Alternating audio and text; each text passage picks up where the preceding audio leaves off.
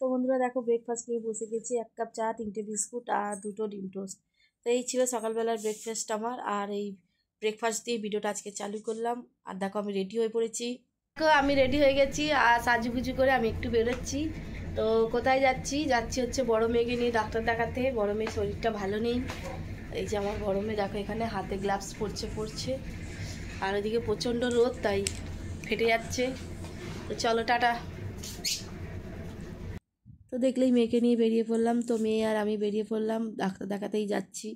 মেয়েরও শরীরটা ভালো না কদিন ধরে। তো ভাবলাম মেয়েকে ডাক্তার দেখিয়েই নিই। ভালো একটা ডাক্তারের খোঁজ পেয়েছি, তাই ডাক্তার দেখিয়ে নিলাম। তো ডাক্তার দেখাতে গেছিলাম রামরাজাতলা বলে একটা জায়গা আছে আমাদের এখানে। রামরাজাতলায় ডাক্তার দেখাতে গেছিলাম। তো ডাক্তার দেখানোর পর আমরা বাড়ি ফিরছিলাম। তখন মেয়ে বলল, তখন কটা বাজে, প্রায় 1টা বাজে। তা আমাকে বলছে, মা ডাক্তার দেখানো হয়ে গেছে, ঘরে গিয়ে কী করব? তো চলো আমরা একটু কোথাও ঘুরে আসি।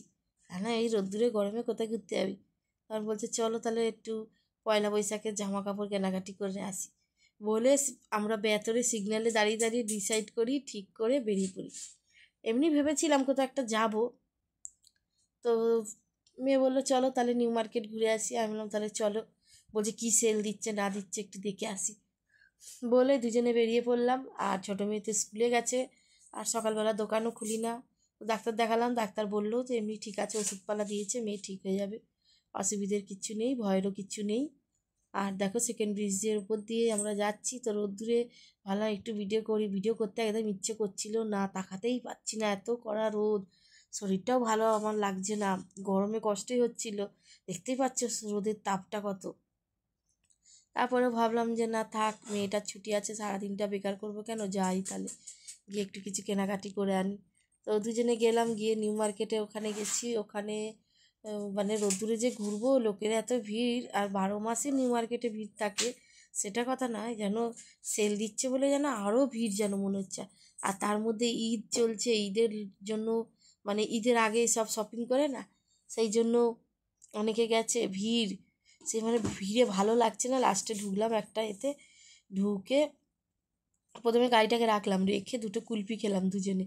তারপর মেয়ে বললো চলো তাহলে কোথাও একটা ঢুকি, সিটি মার্ট বা সিটি এতে। তাই দেখো সিটি স্টাইলে ঢুকলাম আমরা। ঢুকে ওখান থেকে দুটো দুটো করে জামা কাপড় নিলাম। আমার 2টো, মেয়ের 2টো, বড় মেয়ের 3টে। বড় মেয়ের 3টে, ছোটো মেয়ের 2টো, আমার 2টো নিয়ে, আর ছোটো মেয়ের জন্য একটা জুতো নিয়ে বাড়ি চলে এলাম। বেশিক্ষণ ঘুরিনি, রোদে কেন পাচ্ছিলাম না, শরীরটা খুব একটা ভালো নেই।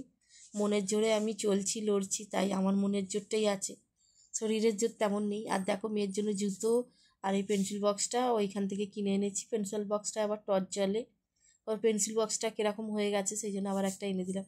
আর দেখো জুতোটা পরে পাটা কী সুন্দর লাগছে। আর এই হচ্ছে ওর পয়লা বৈশাখের ড্রেস, কটনের একটা কুর্তি আর একটা প্লাজো প্যান্ট। তা আমার মেয়ের খুব পছন্দ হয়েছে প্লাজো প্যান্টটাও আর কুর্তিটা। এটা একটা ড্রেস, এটা পড়বে 14 তারিখে। আর 15 তারিখেরও একটা ড্রেস আছে। হ্যাঁ, মেয়েরও 3টে টপ এনে দিয়েছি পুকুসোনার। তো এই দেখো এই একটা হলুদ কালারের টপ দেখতেই পাচ্ছ, এইটার সঙ্গে আর একটা আছে, ও ভায়োলেট কালারের পুজোর সময় বলেছিল। তো সেটা দেখালাম না, ওটা সারপ্রাইজ আছে, পরে দেখাবো। তো বলেছিল আমাকে যে 2টো টপ কিনে দেবে, দিলাম। তারপরে এই যে আশীর্বাদের বিরিয়ানি নিয়ে বাড়ি চলে এলাম। তো ছোটো মেয়ে বিরিয়ানি খাবে, কেন স্কুল থেকে এসে আমি তো ভাত রান্না করে আসিনি। আমাদের এই যে পান্তা ভাত, ডিম ভাজা, পটল ভাজা, এই খাবো আমি, আমার দুপুরের খাবার। আর বড় মেয়ে ছোটো মেয়ে দুজনে বিরিয়ানি খাবে। তারপরে ওখানে কলকাতা থেকে আসার সময় একটা অরুণ আইসক্রিম নিয়ে এলাম। হঠাৎ আস্তে আস্তে সিগন্যালে দাঁড়িয়েছিলাম, এই আইসক্রিমের কৌটোটা চোখে পড়লো, ছোট্ট মতন। আমি বললাম পুকুসোনার জন্য নিয়ে যাই বলে, এই দেখো ভায়োলেট কালারের আইসক্রিম, কিন্তু খুব সুন্দর খেতে বন্ধুরা, এই আইসক্রিমটা হেভি খেতে। তো একটা এনেছিলাম, ভেবেছিলাম গলে যাবে, তো একটু গলেও গেছিলো, ফ্রিজে রেখে দিয়েছিলাম। আর দেখো আমার দোকানে একটা নতুন কাস্টমার এসেছে, এই যে চুপ করে এসে চেয়ারে বসেছিল। আর রাতের আমাদের ডিনারে কী কী আছে দেখে নাও। তো চলো টাটা, সবাই ভালো থাকো, সুস্থ থেকো, সাবধানে থেকো, দেখা হচ্ছে পরে।